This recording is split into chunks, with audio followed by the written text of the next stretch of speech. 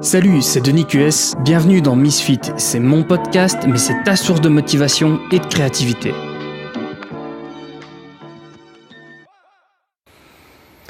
Hello, donc aujourd'hui, on va parler de la limite entre vie privée et vie publique quand on est créateur de contenu. C'était... comment expliquer ?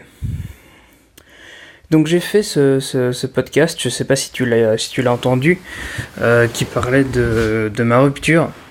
Donc une rupture amoureuse, je rentre pas dans les détails encore une fois, de toute façon j'en ai déjà parlé suffisamment dans le podcast. Mais ce qui était intéressant, c'est que j'ai eu des réactions très très positives de personnes en message privé, etc., qui me disaient c'est super cool ce que tu fais, c'est ultra courageux, en plus on voit que t'es motivé, donc franchement c'est assez inspirant pour si on passe par une période pareille. Et dans ce sens-là, je suis assez content parce que c'était l'objectif. Encore une fois, je sais pas comment expliquer ça. Je cherche pas à arriver à dire écoutez, c'est comme ça qu'il faut faire pour penser à une rupture. Pour pas penser à une rupture, pour aller de l'avant, il faut faire comme ça. Et puis tu vas voir ça et tu fais ça et puis ça va. Non, c'est pas l'objectif. L'idée ici, c'était plutôt à la fois de marquer une preuve de ma motivation à l'instant T, quoi, pour que moi-même je puisse y revenir et me rendre compte que même si c'est quelque chose de difficile, c'est pas pour autant que je dois tout abandonner. Et alors peut-être aider les gens dans ce sens-là. Et donc dans ce sens-là, je suis content que certaines personnes aient trouvé ce côté positif de ma démarche. Mais par contre, j'ai eu aussi l'inverse, de gens qui me disaient mais tu peux juger, tu peux plus juger la télé-réalité après avoir utilisé un tel titre et après avoir parlé de ta vie personnelle comme ça. Et je trouve l'argumentaire intéressant dans le sens où la création de contenu... Attends, excuse-moi. Allez, excuse-moi. J'étais en train de m'étouffer, je ne sais pas pourquoi. Je disais, je trouve ça intéressant comme sujet parce que dans la création de contenu, tu peux tout à fait trouver une sorte de limite intéressante entre personnel et public. C'est-à-dire que j'aime pas trop cette idée, moi, de trop m'exposer publiquement. J'aime pas l'idée de parler de ma vie privée, mais en même temps, ce qui fait le meilleur contenu, en tout cas je trouve le contenu le plus intéressant, est lié très directement et de manière très parfois intime avec ce que je ressens, avec qui je suis, qui la personne que je suis, quoi. Et du coup c'est très très difficile de trouver de tracer une ligne dans le sable entre vie privée et vie publique quand on est créateur de contenu. Je pense que c'est quelque chose que les vlogueurs doivent vraiment penser au jour le jour. Pour un vlogueur ça doit vraiment pas être simple. Je veux dire, prenons l'exemple de quelqu'un qui a eu un enfant. Comment est-ce qu'on en parle ? Parce que c'est quelque chose de phénoménal, quelque chose de super important dans une vie. C'est une expérience unique c'est pour tout le monde, je pense, mais je veux dire, c'est quelque chose qui peut être intéressant à publier. Pour quelqu'un qui n'a jamais eu d'enfant, voir la réaction de quelqu'un de l'intérieur, etc., ça peut être intéressant, mais où est-ce qu'on se limite ? Est-ce qu'on ne filme pas notre enfant pour respecter sa propre vie privée ? Est-ce qu'on le filme et qu'au moment où ça le dérange, on arrête de filmer ? C'est très compliqué et c'est vraiment difficile de vraiment mettre une réponse finale là-dessus. En plus, on vit dans une époque où tout le monde, mais vraiment tout le monde, rend ses informations de plus en plus publiques, que ce soit des photos, que ce soit des statuts, que ce soit parfois un journal intime qui est plus du tout intime parce que c'est un blog. Alors, dans certains cas, certaines personnes essayent de mettre en ligne la version... Enfin, je pense que tout le monde d'ailleurs, en fait. Tout le monde essaye de mettre en ligne une version la plus glamour de nous-mêmes. Je veux dire, on va taire nos défauts. On va éviter quand on passe au montage, on va essayer de recouper les trucs où on n'est pas trop à notre avantage. Et le truc, c'est que avec Internet tel qu'on le connaît aujourd'hui, c'est plus possible de mettre une façade. On le voit régulièrement avec des dramas un petit peu. Enfin, ça, je m'intéresse pas du tout à ça en fait, mais on voit régulièrement des vidéos volées, que ce soit d'influenceurs ou de stars. Et pourquoi est-ce que ça fonctionne aussi bien, ces trucs-là ? Parce que dans la plupart des cas, on voit une facette que les personnalités publiques cachent. Et du coup, si on essaye vraiment de cacher ça, qu'on a vraiment des gros morceaux de notre vie qu'on essaie de cacher, et ben un jour ou l'autre, ça repasse en avant. C'est pour ça qu'on peut plus, à notre époque, on ne peut plus créer une fausse personne en ligne. Ce n'est plus possible, je pense.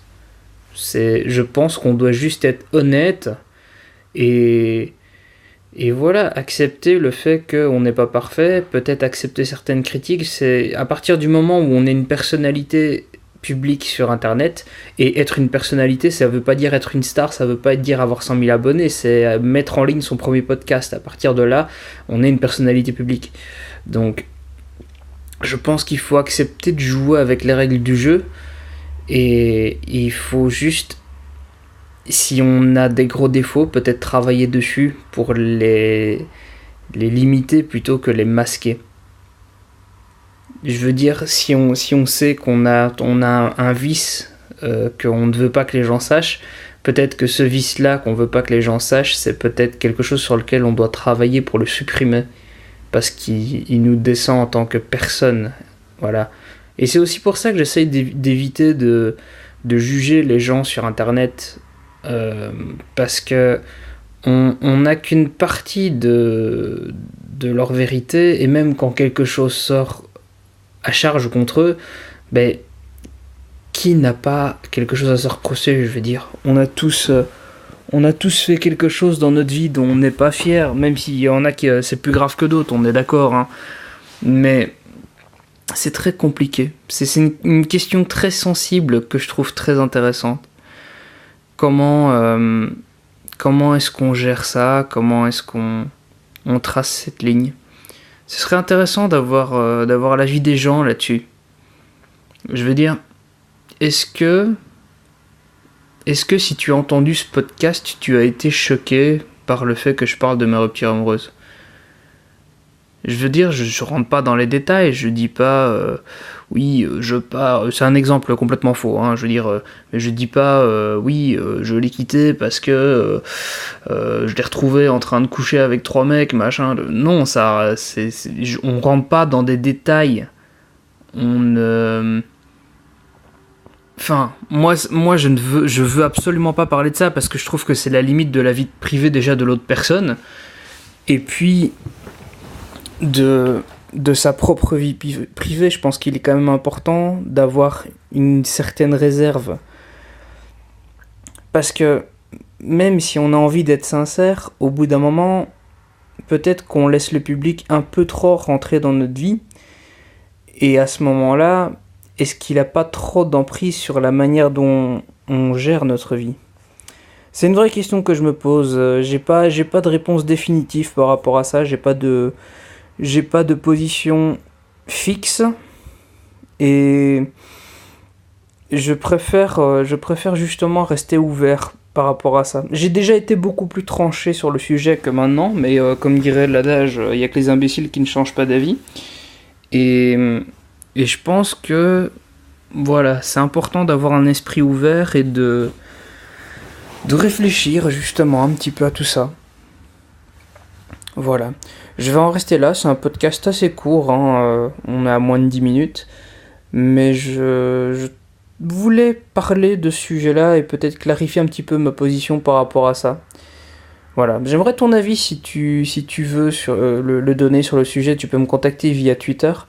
Et alors, une dernière chose, c'est que j'aimerais beaucoup, j'en parle beaucoup et pourtant il n'y a que 2 personnes qui sont passées par ce formulaire, j'aimerais vraiment beaucoup que vous me posiez vos questions. vous qui suivez ce podcast, toi qui suis ce podcast, j'aimerais bien que tu me poses une question sur la création de contenu ou sur les crypto-monnaies, parce que j'aimerais bien, je vous ai déjà parlé de ce sujet que je suis en train d'essayer de créer, de ce bouquin. J'aimerais beaucoup que vous passiez par ce formulaire qui est facile à trouver. Il suffit de taper go.denisqs.com/question. Sinon, en passant par mon site web, il y a un gros bouton où il est marqué poser une question, donc c'est très facile à passer. Mon site c'est denisqs.com, denisqs.com. Voilà. On va en rester là pour aujourd'hui. Merci d'avoir suivi ce podcast et moi je te redonne rendez-vous probablement demain pour un nouveau podcast. Et alors oui, dernière petite chose avant d'en rester là, je vais probablement poster plus de podcasts et ils seront moins souvent liés à un article. Je pense que, parce que c'est pas possible, je me limite en termes de podcasts à faire et je trouve ça dommage. Je pourrais poster un podcast par jour, mais je me limite parce que je me dis mince, j'arriverai jamais à poster un article sur ce sujet-là, et du coup je poste pas le podcast et c'est vraiment dommage.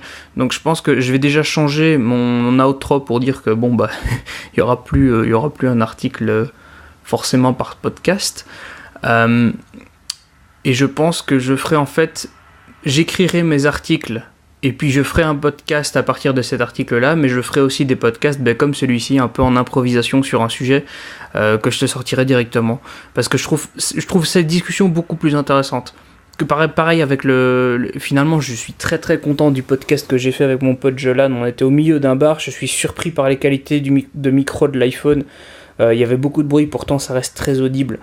Donc non, c'est intéressant et je vais continuer de jouer avec ce podcast, c'est quelque chose de très intéressant et étrangement facile à mettre en place. Si tu veux commencer à créer du contenu, bon, je suppose que ça dépend, je vais tu sais quoi, je vais pas en parler, je vais terminer là parce que sinon je vais encore partir dans des digressions, mais je te parlerai de par où commencer quand on commence dans la création de contenu. Est-ce que quand on commence par des vidéos, par du texte écrit, par de l'audio, on va discuter de ça, c'est très intéressant comme sujet. Je vais en rester là, j'arrête de me perdre dans mes élucubrations et on en reste là, voilà. À la prochaine. Merci d'avoir écouté ce podcast. Si tu veux mettre une seule étoile à ce podcast, pas de souci. Mais par contre 5 étoiles, ce serait vraiment cool. Tu retrouveras aussi dès demain un article sur le contenu de ce podcast sur denisqs.com et aussi sur mon Medium go.denisqs.com/medium. À la prochaine.